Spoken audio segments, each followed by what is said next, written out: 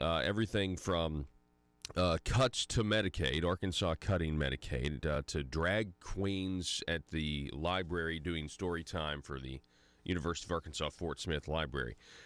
Very wide range of topics today. Also, France is on fire, so there's that as well. So you're going to want to stay tuned. The show starts in 5 seconds.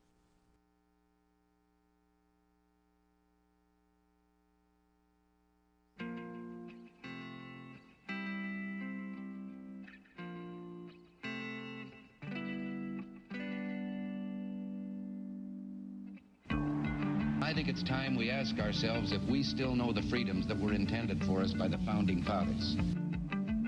They seem to be in full-scale retreat from spending cuts and are talking about raising people's taxes again. And I have only one thing to say to the tax increasers. Go ahead, make my day. If we lose freedom here, there's no place to escape to. This is the last stand on earth. Those who would trade our freedom for security have embarked on this downward course. Whether we believe in our capacity for self-government or whether we abandon the American Revolution and confess that a little intellectual elite in a far distant capital can plan our lives for us better than we can plan them ourselves. Conduit News Radio with Paul Harrell is on now.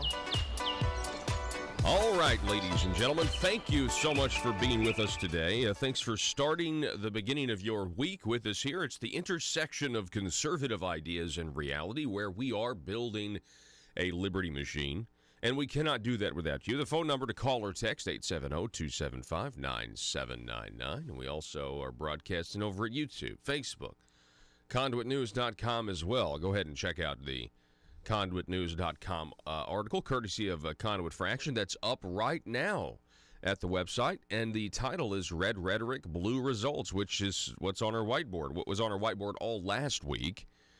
And, of course, we'll have a new whiteboard starting tomorrow. But anyway, we're going to cover that. We're going to cover a little bit about what's going on in the Arkansas Medicaid program for the truly needy. Some cuts coming down the pike to that. That's not going to be received very well. What's very interesting is why those cuts are happening, and I'll tell you why they're happening.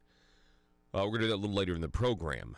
Coming up at the bottom of the next hour, 7:33, we'll be talking with foreign policy analyst Mr. Dan Perkins. Will be back on the program. Now, Dan going to be talking about what's been going on in Britain. That's right. In the UK, there was a march that took place because the elites don't like the Brexit very much. Wouldn't you know, all the elites that have sold their people out with this ridiculous experiment called the European Union. And you've got one country that stands up for itself, has a referendum and says to the elites, we don't consent to being ruled this way. And Theresa May and the rest of the elites attempt to act like they're really working hard to get the people of the United Kingdom out of Brexit. But wouldn't you know, it's the worst deal that's really imaginable. So they have this big march, the United Kingdom Independent Party, Tommy Robinson, who's now been appointed to that party, which also led to the resignation of Nigel Farage because he has some problems with Tommy Robinson. And I think more problems with the people that surround Tommy Robinson. And so that's what we're going to talk to Dan Perkins about. What exactly is going on in the United Kingdom? What exactly is going on with Nigel Farage and UKIP? I'll never forget when the Brexit vote passed, even though they said no way it's going to pass, just like they said no way Donald Trump can win. Nigel Farage went to the European Parliament, and he said when I told you about this idea, 15 years ago that we needed to exit, that I'm going to work to exit, everyone in this chamber laughed at me, and then he looked at them all and he said, "Who's laughing now?" It was a great moment. The question here is the European Union on the brink of being consigned to the dustbin of history? We'll see. So we got all that coming up for you. Let's start with France, though. Let's check in with what's going on in France. Now, we had this Daily Wire story where shocking video shows the Yellow Vest riots exploding across central Paris. Hundreds arrested as demonstrations spread into Belgium and the Netherlands. Now, keep in mind, and I didn't know this, I think I said this on Friday, but you know why they're wearing the yellow vests? It's because the government has mandated that all of these people in Paris, and I'm assuming the rest of the European Union as well now, because, you know, they're just so unified. You got to have, it's basically like having to have a proof of insurance when you get pulled over. In France, at least, you also have to have one of these yellow vests. So I'm assuming the government has, you know, provides them cheap, or maybe the government provides them for free. I don't know. But the fact that essentially what has happened is the government of France has provided their citizens with protest uniforms is hilarious to me. Now, listen, I know that it's, you know, it's turned violent. I don't condone violent protests. I don't think any of us do over in America. Clearly we don't.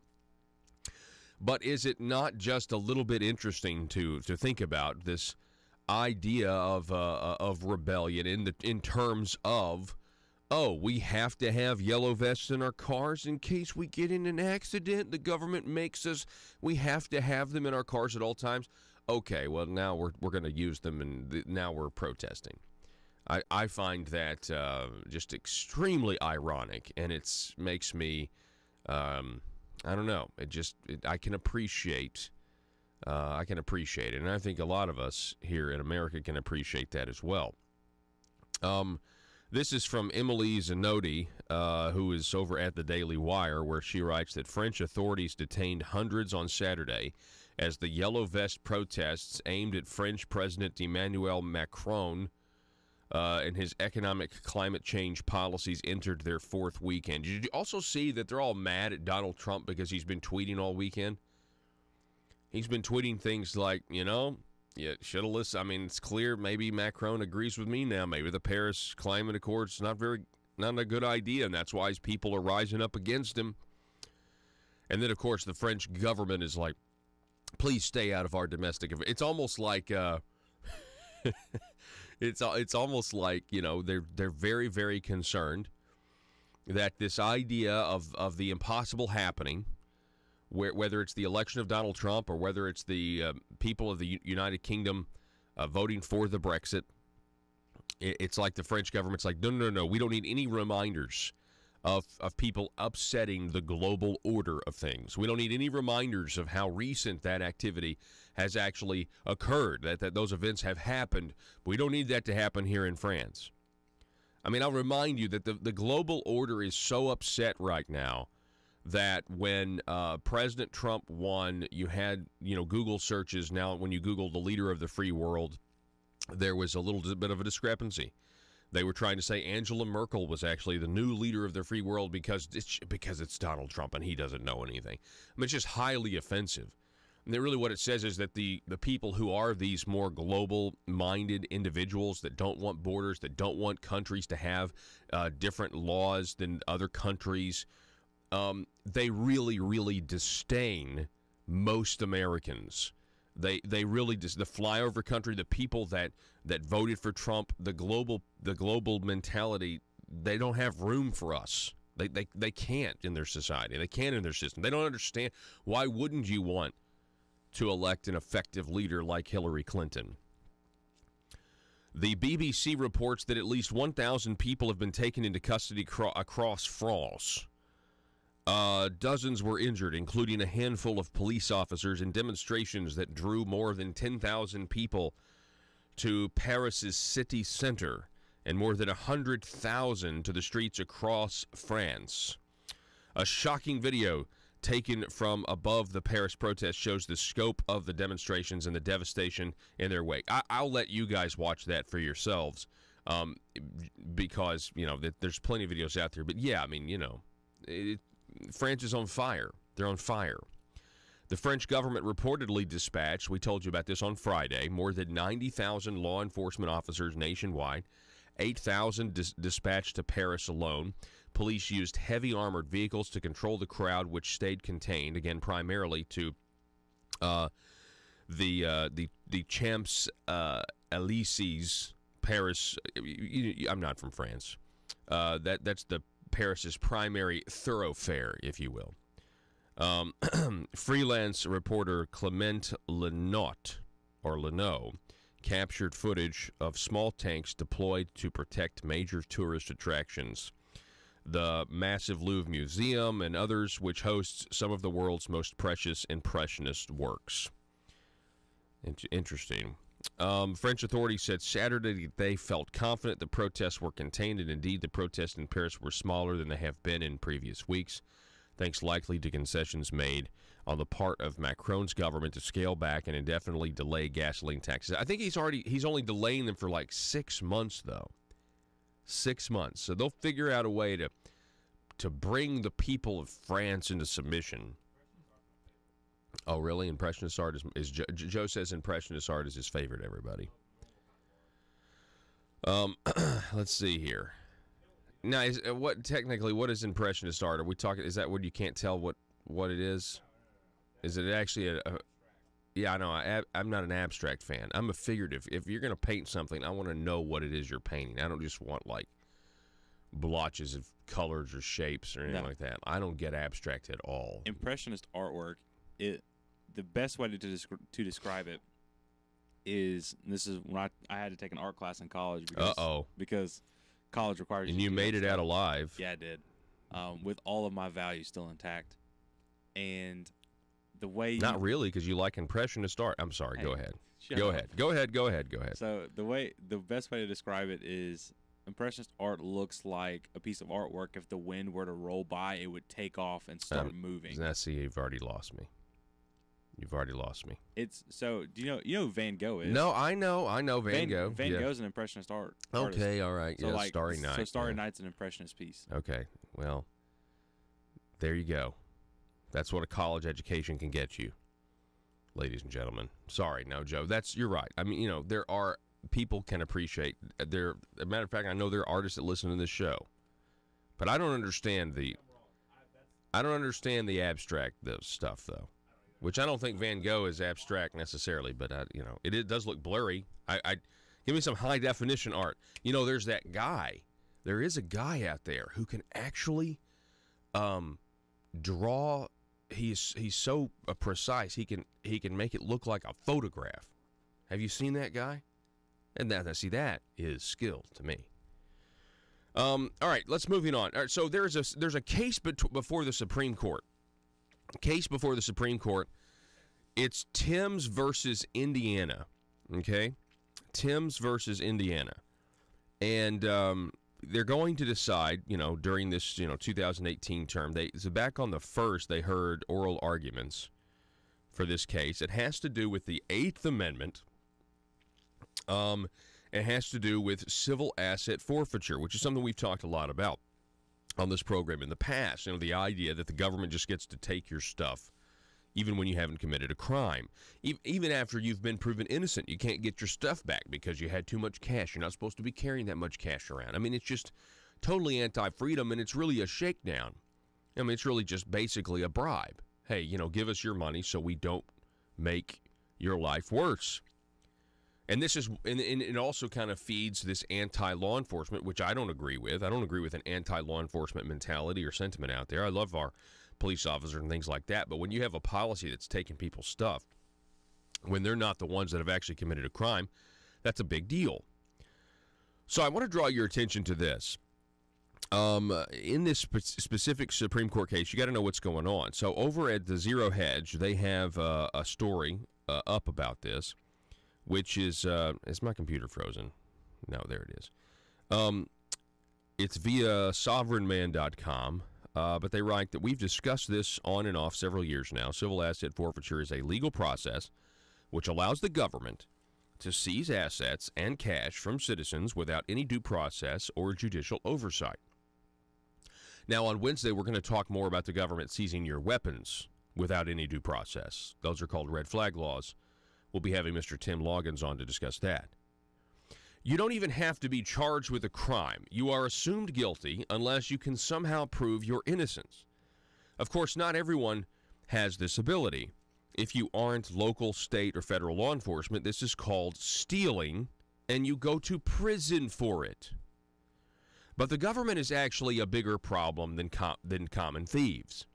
In 2015, a report showed that law enforcement used civil asset forfeiture to steal more from U.S. residents than every thief, robber, and burglar in America combined. About $4.5 billion worth of cash, cars, homes, and other property is taken by civil asset forfeiture each year. Hundreds of millions more than common criminals steal.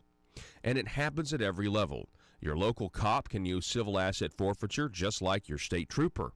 And then any one of the armed agents of the U.S. government, from the FBI to the Fish and Wildlife Service, can rob you for whatever reason they want. This travesty continues to grow because the cops who take your stuff get to keep it. Police departments and government agencies around the country depend on civil asset forfeiture to boost their budgets. Cops will literally keep some of the cars they take as squad cars, and they make a fortune auctioning off the houses, boats, and anything else they confiscate.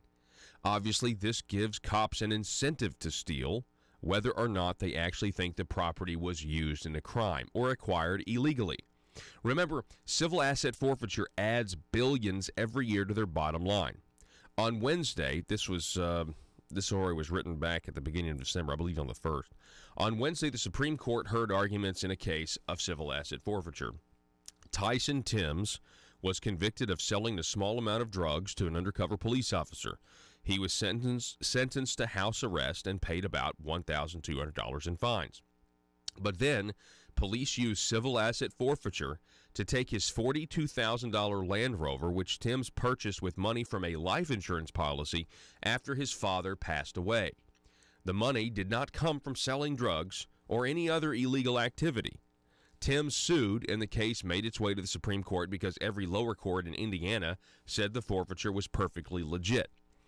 The case revolves around whether or not the seizure of the Land Rover was an excessive fine under the 8th Amendment, and whether or not this protection against excessive fines applies to state governments.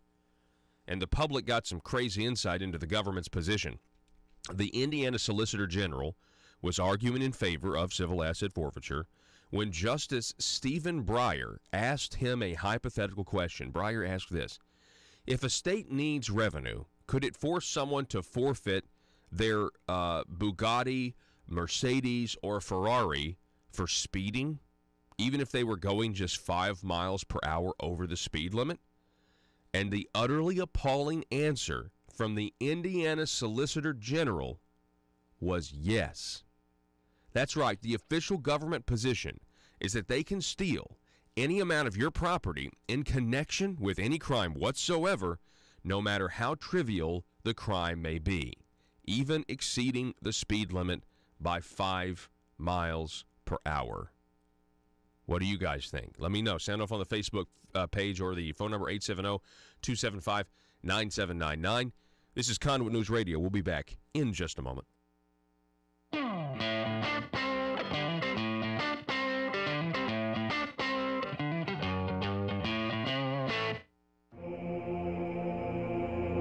It's Conduit News Radio with Paul Harrell. I want to welcome to the program first time. We got Mr. Daniel Turner is with us. Daniel's the president of Power the Future. It's a conservative energy group that addresses climate change from the perspective of the American worker. Daniel, welcome to the program, sir. Paul, thank you so much for having me on, and I love the Johnny Cash Christmas, so thank you for that. Yeah, absolutely. And he's got a ton of those. Johnny Cash, an Arkansas tradition. We're an Arkansas show, and he's just the voice. When he does those voiceovers, I mean, it just sounds like home. Daniel, what made you want to start this group, Power the Future? I started this group about a year ago with the sole purpose of calling out the radical environmental green movement. They are engaged on so many energy issues in local small communities, and when they quote-unquote win, when they are successful, what happens? They close down a coal mine. Times are tough for the Arkansas General Assembly. They're all waiting for the spotlight exposing public corruption to end, so they won't be under so much scrutiny. And during this time, what if you're a legislator and you need money? What if you're slapped with a huge expense? What if your check for consultant services is late this month? Or maybe you just need extra cash now until payday. When that happens, you can't wait. Hi, I'm Bobby Blackmail for the Arkansas Intra-Legislator Bank, your trusted source to over 135 lenders to get you short-term cash fast. Use the Arkansas Intra-Legislator Bank today, and you can have up to $12,500 cash in your checking account tomorrow.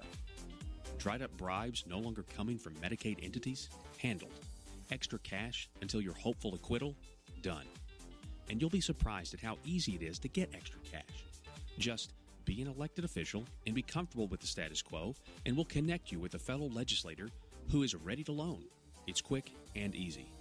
And don't worry if you can't make the payments, because the Arkansas Intra-Legislator Bank is designed to help you get through these tough economic times. There are other ways you can pay off your debt, like by voting the way the establishment wants, or by rewarding some with committee chairmanships. So forget about overdraft fees and the spirit of covetousness that sometimes overwhelms the best of lawmakers. Just remember, the Arkansas Intra-Legislator Bank for short-term cash between colleagues when you need it fast. Some transactions have long-term consequences. Paul Harrell, parody.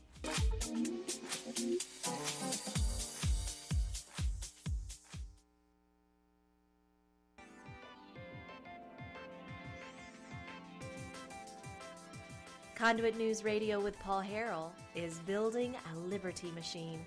Find out more at conduitnews.com.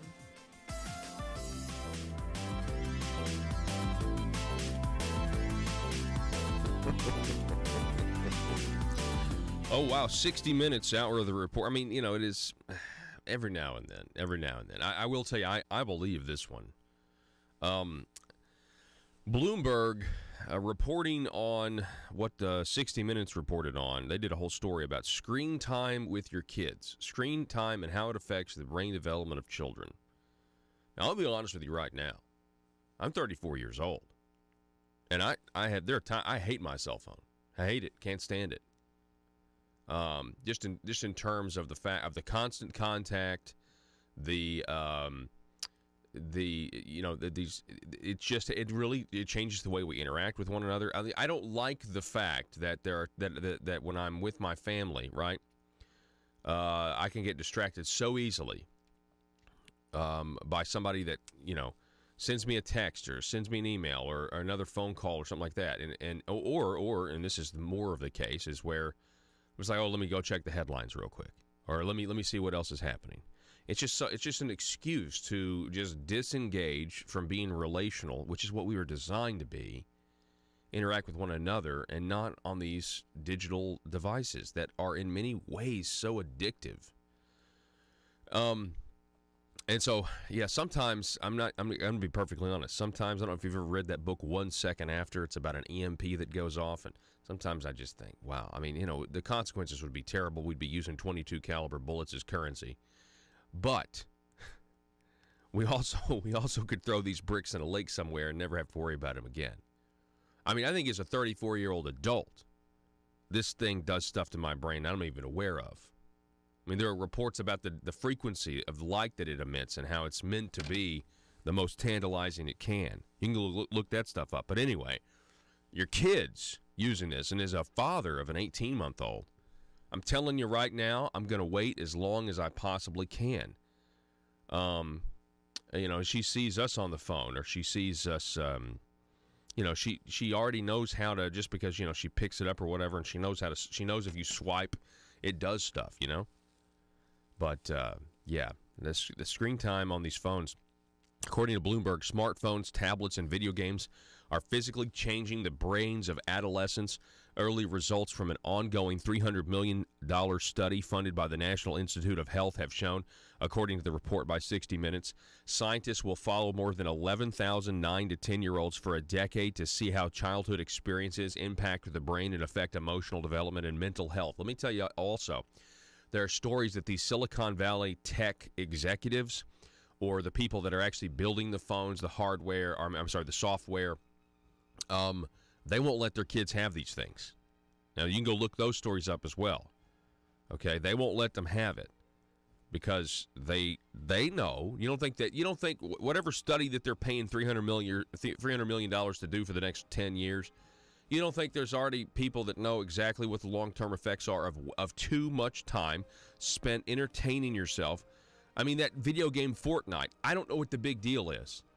I don't know what the big deal is with Fortnite, this video game that kids are absolutely obsessed with. I've seen some people play it, and to me it just looks like it's, like, I don't know what the difference, besides better graphics than, like, GoldenEye for Nintendo 64, but they've done studies, and the areas of the brain that just light up like a Christmas tree when you play Fortnite are the same areas of the brain that light up when you take heroin.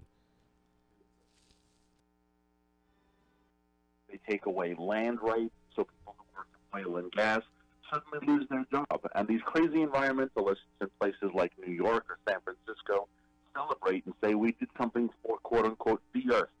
But what really happens is that regular men and women who work in these communities, in this industry, are now unemployed. And someone had to call out that these groups are phony, they're paid for, and they have a radical agenda. So I started the group myself.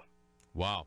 And I think that's great. I think that's extremely needed, at this point, because there are so many people that think that this concept of man-made climate change, first off, I mean, to me it's incredibly offensive, Daniel, at this point, because, I mean, they're now starting to say, you had the fires out in California. Back a few years ago, we had tornadoes that came through Arkansas and Mayflower, and the communities of Mayflower and Valonia. And about that time, the Obama administration put out a report that said that we're going to see more and more tornadoes and big weather events because of man-made climate change. Jerry Brown with the wildfires saying, look, these wildfires are because of climate change, and what they mean by that is man-made climate change. And I find that so offensive, because what they are promising is essentially that if you will go our route, if you will allow us to control society based on this idea of man-made climate change, that your home wouldn't have burned down, that your home wouldn't have been blown away, and that's preposterous. Drive less and your home might not have burned down. That's crazy to me. It is, and when you come to look at what their evidence is for climate change, you use the examples of tornadoes, of the fires that are happening in California. You have to ask, so if California is experiencing these fires because of climate change, how come Oregon isn't? How come Washington isn't? How come Northwest Nevada isn't? The governor of Louisiana, one of your nearby states, he talks about how there's so much coastal erosion in southern Louisiana due to climate change, and he is suing energy companies. But the governor of Alabama doesn't have any climate change on his shores, nor does the governor of Texas, nor does the governor of Mississippi. So it's funny how you can pick and choose when you want to apply climate change, and the consequence is always the same. It's suing energy companies or taking away their right to exercise their industry. And who suffers always are regular men and women who do this for a living, coal miners, oil workers, gas workers, and then the whole nation suffers as our prices skyrocket and as we become energy dependent on foreign nations. So it is a real battle.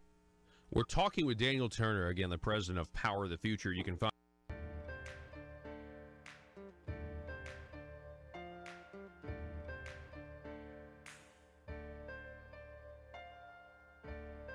bringing you your daily dose of truth. It's Conduit News Radio with Paul Harrell.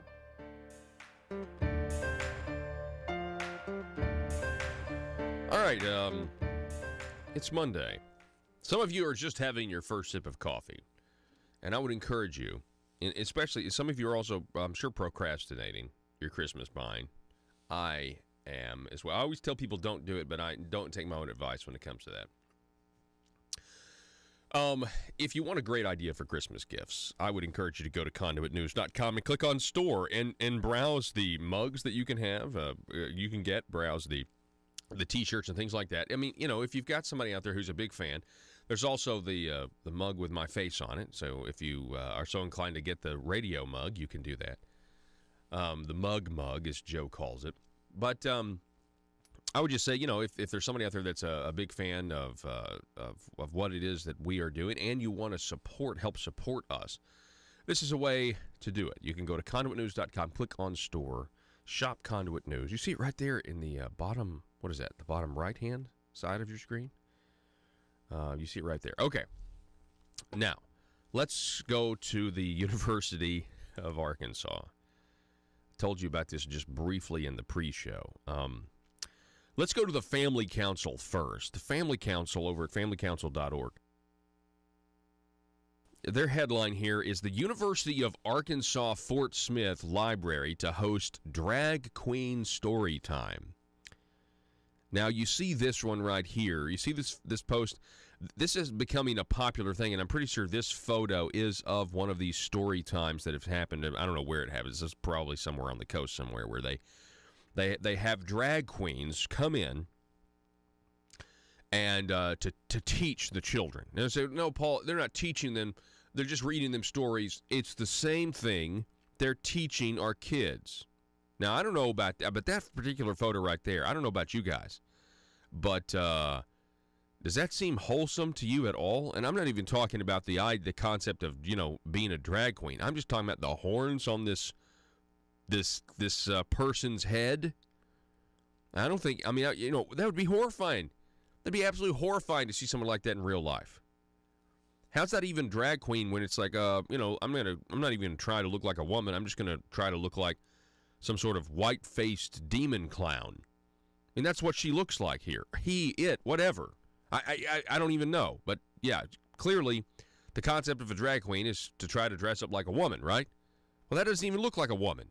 What is that picture? Now, that's not to say that's what the person at the University of Arkansas Fort Smith Library is going to look like, but still, the concept is very unsettling, considering that the University of Arkansas Fort Smith is, you guessed it, a taxpayer-funded institution. The Family Council writes, Jerry Cox writes, this week we learned students at the University of Arkansas Fort Smith are planning a drag queen story time event. How wholesome. The announcement of the event scheduled for this coming Friday reads, let's see here. De-stress before the tests. Join us for Drag Queen Story Time featuring Chloe Jacobs, Miss Gay Arkansas, America 2018. All ages are welcome to attend as Miss Chloe Jacobs reads some delightful children's books. Expect dancing, coloring, and light refreshments. Special thanks to the co-sponsors, Pride at U of A Fort Smith and the River Valley Equality Center. The story time is scheduled to be held at the Borum Library, the University of Arkansas campus. So I guess this event has already happened last Friday. You may recall in August, the Central Arkansas Library System had scheduled a drag queen story time at one of its locations, but the event was quickly scrapped following criticism from citizens and elected officials. Across the country, LGBTQ RSTLNE, would you like to buy a vowel community, their activists are working to convince libraries to host these sorts of events. As we said before, these drag queen story times aren't really about reading or fun. They're about promoting a radical homosexual and transgender ideology. And that again is from the Family Council. Now, see, there's an update on the story here. If you click, it says update. Let's see, this is back in August, though. This is the old story, okay, from the Central Arkansas. If you click on that one goes back to August 23rd, earlier in the year. Okay, I see. So anyway, this has prompted a lot of interest in drag queens and such. I believe Senator Jason Rapert from Conway, he had a problem with this. Or I guess he's actually from Bigelow, which, of course, that got the Arkansas Times interested. Arkansas Times, they literally follow everything that Senator Jason Rapert says. Do you see that, Joe? Can you throw the Arkansas Times article up there? Headline, Rapert threatens University of Arkansas Fort Smith over drag queen story time event. You don't have the Arkansas Times one? Okay. Well, yeah, if you'll just Google, drag queen Arkansas Times, it'll be like the first hit. Okay, so the hits keep coming. Who wrote this? Hang on a second. Benjamin Hardy. He details how Senator Jason Rapert of Conway, according to KARK, there's a Facebook post from Senator condemning the event. the University of Arkansas Fort Smith library that features reading of children's books by drag queen Chloe Jacobs. In Rapert's post, which appears to have since been removed from his Facebook page, he, quote, apologized to the citizens of Arkansas for the ridiculous waste of taxpayer funds by University of Arkansas Fort Smith for promoting this rubbish, according to KRK, and said that the University of Arkansas Fort Smith will certainly be given an opportunity to explain themselves before our legislative committee soon. Now, the Arkansas Times notes that Rapert's legislative district is nowhere near Fort Smith. So what? It's taxpayer money. That's the thing. And while taxpayer money didn't go to sponsor the event, it's still a taxpayer-funded building. You still use taxpayer money to maintain the property, okay? So, let's see here. One problem with the senator's complaints, aside from their obvious bigotry, University of Arkansas Fort Smith doesn't sponsor the event or spend money on it. According to the university, it's hosted by a student organization. Again, it doesn't matter. Look, there comes a point when you have to, you have to at least take note of the values that you're promoting, and what is your taxpayer money going to support? Now, listen, as far as story time goes, can we agree that the purpose of doing story time is for little kids? Can you even say that anymore? If we agree that the purpose of doing a storybook reading is for little kids, then we can move forward in this argument, because then the next step is, okay, it's for little kids, and then you're bringing in a drag queen, okay, something that is not statistically something that a majority of the people participate in. It is very clear why they think this is a good idea in terms of normalizing something that many people regard as abnormal. A majority of the people regard it as abnormal. It just is what it is. Not everybody wants to be a drag queen. Not everybody is a drag queen. It's an effort to get young people to, at the youngest possible age, to be looking up to somebody who's older than them that's dressed as a drag queen and say, well, this is perfectly acceptable. This is perfectly normal. That's what it is. Now, then, of course, you have the live and let live argument of, well, parents are the ones that are going to be taking their kids to this. You would assume if a parent's going to take their kid to a story time where a drag queen is doing the reading, that the parents are pretty okay with drag queens anyway. And so the child, you could make the argument, is already going to have the opinion that this is perfectly fine. But then again, it's happening in a building that's supported by the rest of us who don't support this type of indoctrination. And you decide. I think most Arkansans would find this just a little bit over the line. What do you think? I honestly would love to know your opinion on this. 870-275-9799. You can sound off over on Facebook. Let me check in with the Facebook audience. Karen writes that drag queens are and will always be abnormal. Let's see. What else do we have here? Yes, it is all about leftist indoctrination. We have Gary on Facebook writing, I bet they wouldn't let us host a constitutional story time. Who knows? Who knows? They might.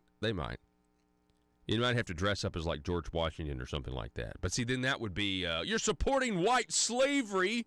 You're dressing up like a white slave owner and you're reading to our kids. Oh, they would be much. Here's the thing. If that were to happen, and I'm just sitting here talking. We're all in agreement. At least the people listening to this program or on the Facebook page, pretty much in agreement. Hey, this is outrageous. But we don't protest like the left protests, right? We're not a nuisance. We're not squeaky wheels, a lot of us. And that's a big problem, by the way. But, if you dress up somebody in like George Washington or Thomas Jefferson who owned slaves and you want to read, you have story time or whatever, and you want to do it on the University of Arkansas Fort Smith campus at their library, I bet we could drum up some protest. I bet there'd be some leftists being like, okay, yeah, all right, white privilege wins again. The misogyny continues. the colonialist, just say everything. It's just literally throw every victim, every insult against the country, against our founding, put it all out there. And never mind the fact that, you could say, well, hey, look, I mean, it's not too different from a drag queen. I'm wearing one of those wigs. I mean, that's kind of the same thing. We got some powder up there. You should have no problem with it. Again, the telephone number, 870-275-9799, if you would like to contribute to the program today. Let's see here. We also have this story, I'd like to move on to here, that talks about, hang on a second. Yeah, let's go ahead and move to this. So, up at conduitnews.com, red rhetoric, blue results. Now, I'm going to re-reference this because at the top of the next hour, we're going to talk about cuts to your Medicaid and what's going on with that. State Representative Dan Douglas, he made the photo of this story over at the Gazette. Andy Davis plans to change Medicaid, set off provider alarms in Arkansas. Caps, cuts, imperil in-home assisted living care, they say. I'm going to tell you more about that at the top of the next hour. But all last week, our whiteboard said, and still says right now, red rhetoric, blue results. As Arkansas prepares for another regular session of the Arkansas General Assembly, we look back at the past 2 years. The Arkansas legislature's activity over the past 2 years must be summarized as this: red rhetoric, blue results. Arkansas is a solid red state, Republican, which means we hear lots of loud red rhetoric. But Arkansans still get blue results. In 2017, 2018, the Republican Party held overwhelming majorities in the Arkansas Senate and Arkansas House of Representatives, as well as holding all the constitutional offices of the executive branch. Despite Republican control, most of the legislation passed in the past 2 years could have also been passed by a Democrat legislature. Ooh, wow, that is ouch. Ouch. The fight in the legislature was not so much Republicans versus Democrats as big government establishment Republicans versus platform Republicans. A platform Republican is one who votes based on the conservative principles of the Republican platform. As examples of the blue results, let's look at least 3 areas: taxes, government growth, and the government swamp. Starting with taxes first. While Congress was passing President Trump's tax relief plan, Arkansas was playing games with taxes. While bragging on tax cuts, the Arkansas legislature was also passing additional taxes. The Arkansas plan was and is fool the people with tax shifting while keeping Arkansas as one of the very worst tax states in the nation. And honestly, I'm just going to stop here. That whatever the plan is, that may be a reason. That may be basically like we're not able to do anything else. We're just not able to do anything else because of the obligations we've created for ourselves that are like mandatory spending at this point, or people that don't want to give up on a failed program. And again, I'll tell you more about that at 7 o'clock. Meanwhile, we must give credit to the Arkansas House of Representatives for refusing to pass an internet sales tax and higher taxes on gasoline and diesel in 2017. Those 2 victories may be short-lived as tax and spend politicians think they will get the taxes passed in 2019.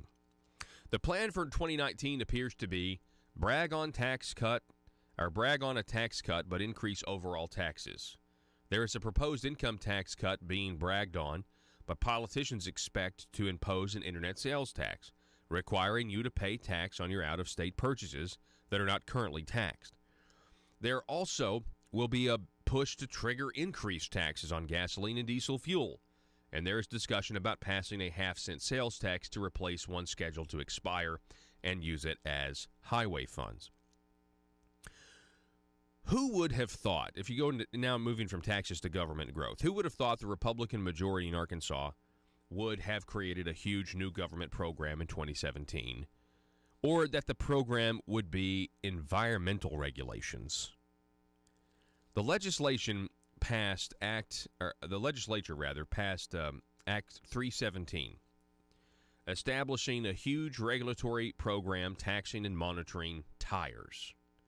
It doubled the recycling tax on new tires to $2 and imposed a tax of $1 for mounting used tires. This was just the beginning of a money grab, which includes fees and regulations on transporters of tires.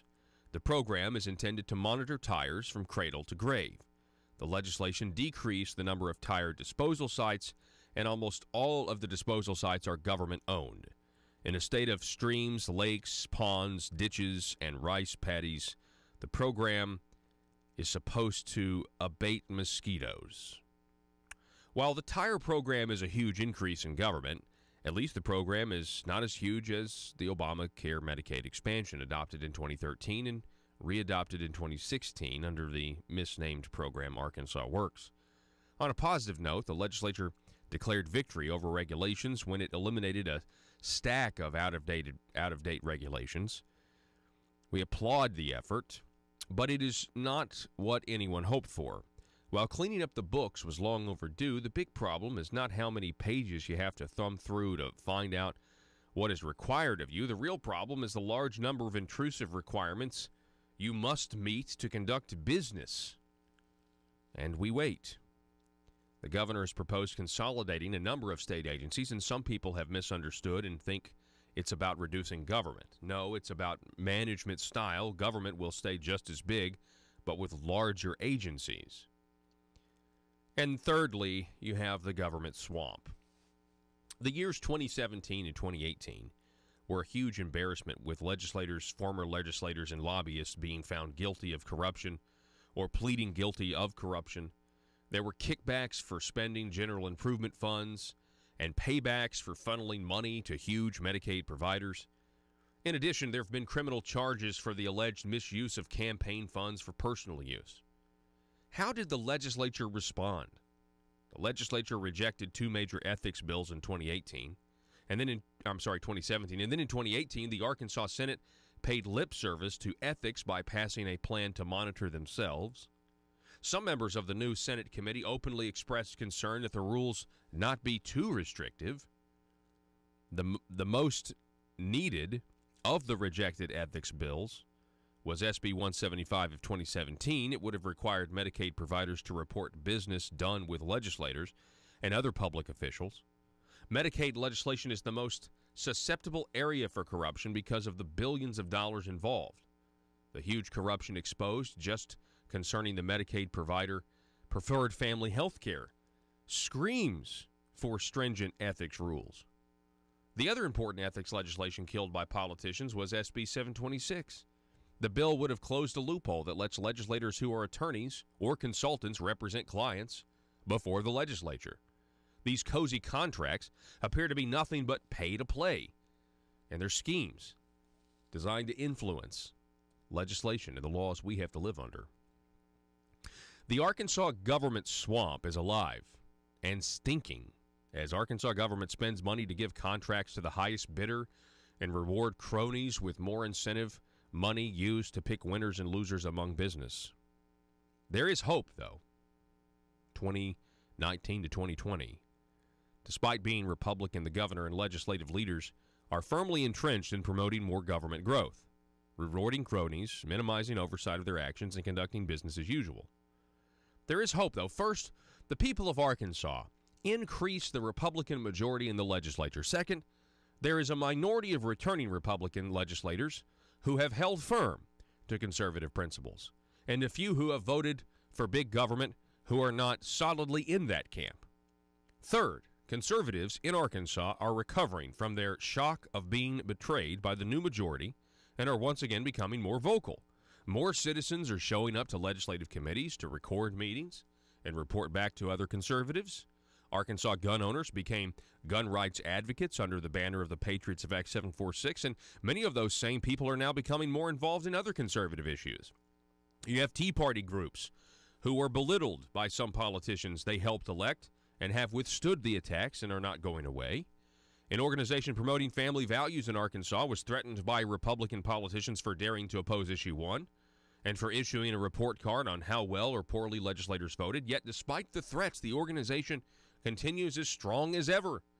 Conduit for Action continues to fight by promoting conservative values, no matter how mad it makes pretend conservatives. Conduit News continues to grow in viewers and listeners. And most importantly, individuals and a variety of organizations are helping the people of Arkansas understand and recognize the games politicians play to keep government in control.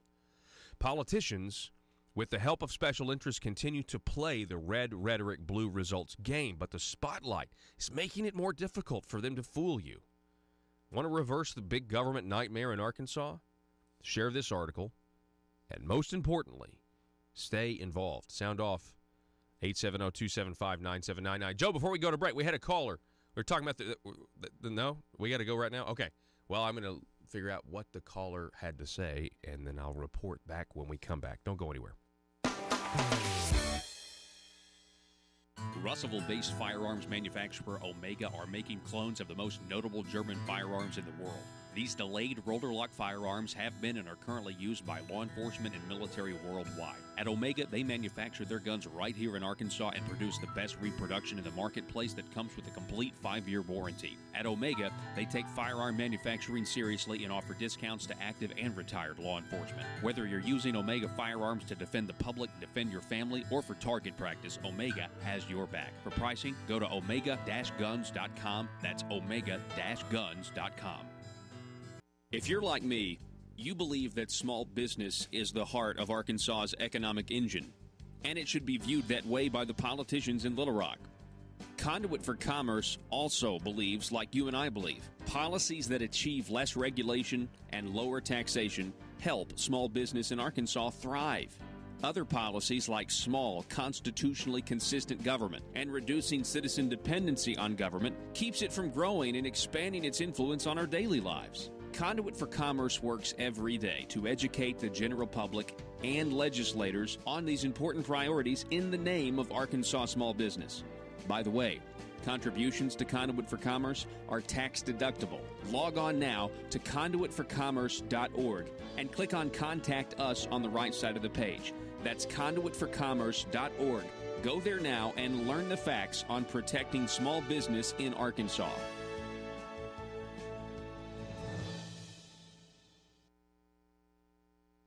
More at powerthefuture.com if you want to know more on this.